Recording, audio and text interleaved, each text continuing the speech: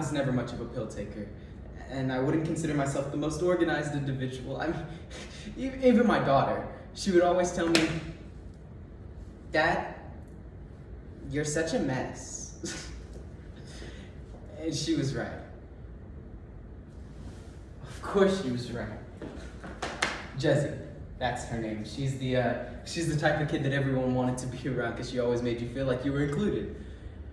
I got an email from her gym teacher once saying that she had picked the kid that was getting bullied all the time first for her kickball team. My daughter is always teaching me new things, and she's only 9.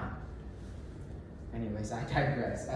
Every morning, as I gather my pills, I check and I recheck them to make sure that I don't make a mess of them. And I think about what my life used to be like. You see, you don't have to be like me. Okay, I tried. I tried really hard to figure it out by myself, and it only led me into a wall, whether that be a figurative wall of me abusing drugs and alcohol, or the very literal wall. The night I almost killed myself. On May 24th, 2022, 19 children and 2 adults were killed at Robb Elementary School in Uvalde, Texas. According to the Texas Tribune organization, this is one of the deadliest school shootings to take place at a Texas public school. And while this is extremely traumatizing for the children in the school during the time of the shooting, this is just as traumatizing for the parents of the children who are drenched in the fear of the unknown. According to the Substance Abuse Prevention Center, instead of adults turning to healthcare professionals, 43% of adults turn to drug and alcohol abuse as a coping mechanism for depression and trauma. While substance abuse is never the answer, it often turns into a temporary solution for an ongoing problem. So using Here, But Not Surviving by Christy Thomas, we examine the outcome of substance abuse through depression, and we realize that healing from reality is better than escaping reality.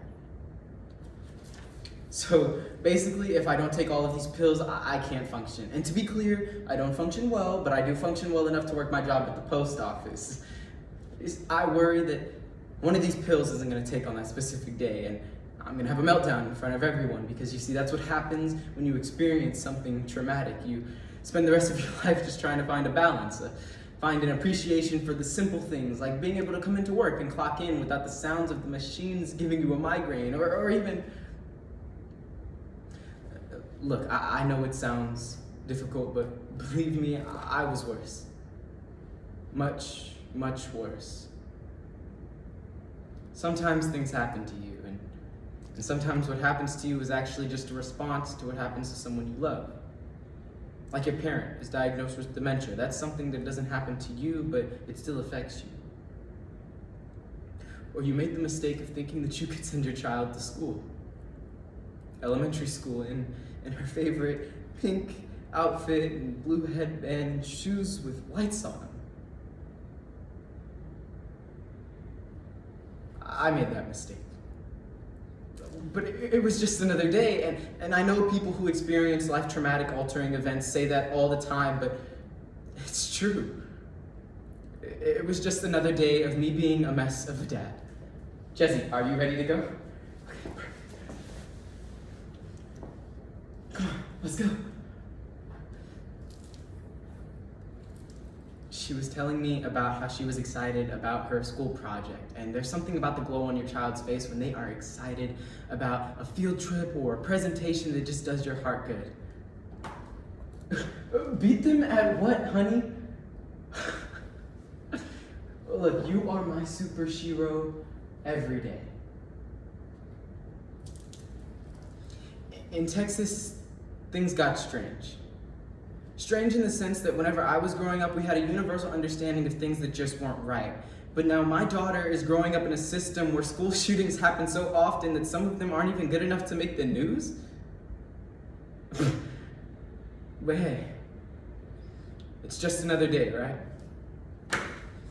I was having a perfect breakfast with my daughter, and she jumped out of the car with the same energy that she always does, ran over to my window and gave me a kiss on the cheek.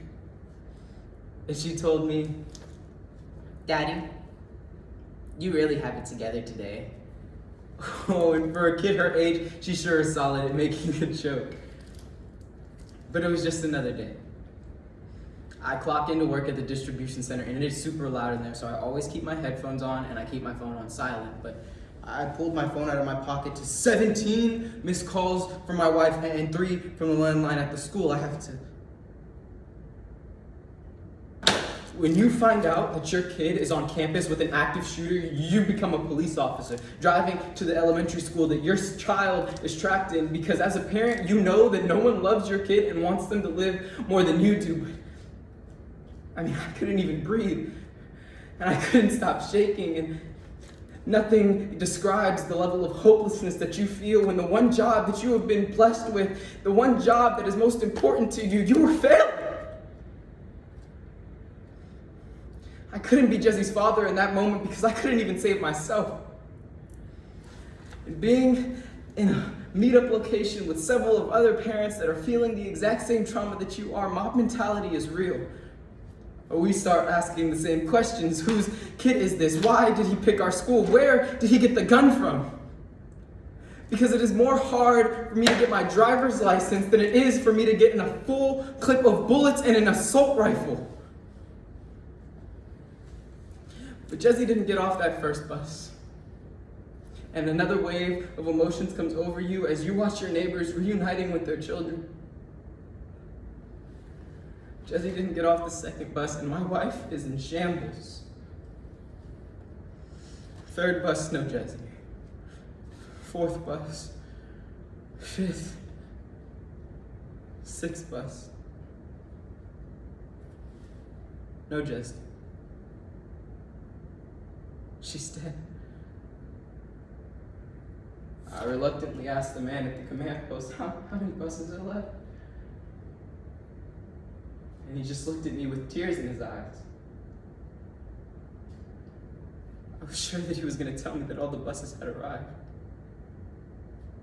So I looked back at my wife and I muster up a fake smile just so that she could hold on hope for just a little bit longer.